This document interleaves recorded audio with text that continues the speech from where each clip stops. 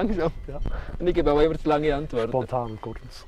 Ja, hallo. Ich habe gesagt, du hast auch 4G, gell? Nein, so weit bin ich nicht. Bist du noch nicht beim Nein, 4G? ich habe ein bisschen Mühe mit der Technik. Schon? Ja.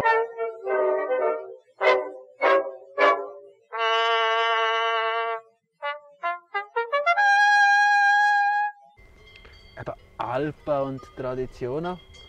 Sag mal, wo wir jetzt da sind. Wir sind auf dem Obersess von der Alp Rougein. Die Alp heisst Fops und wir sind auf 2100 Meter über Meer.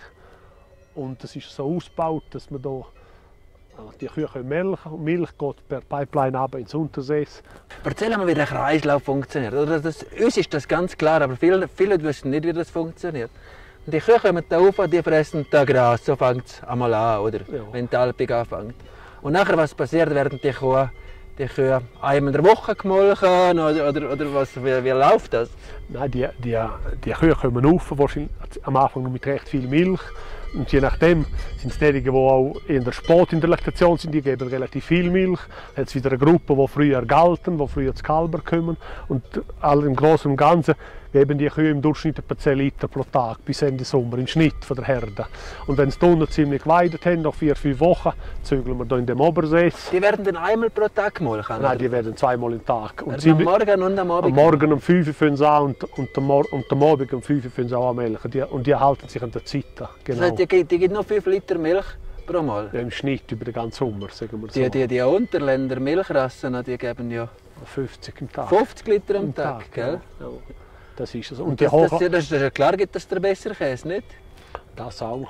Hä? Ja, das auch. Und dafür ist der Gehalt natürlich intensiver oder höher, oder? Ja. Fett und Eiweiß und, Ja. und die Ausbeute von der Milch. Die Milch ist nährhaftig, oder? Ist konzentriert, die Menge, oder? Mhm.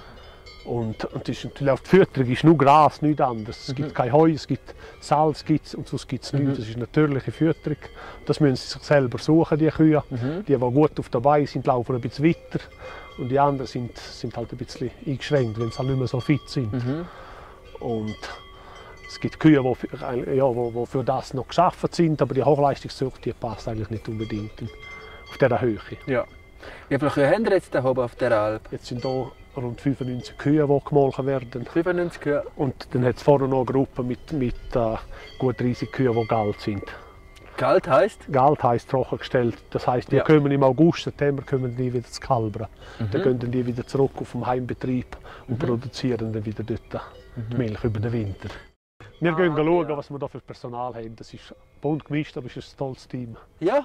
Ja. Gut, gehen wir schauen.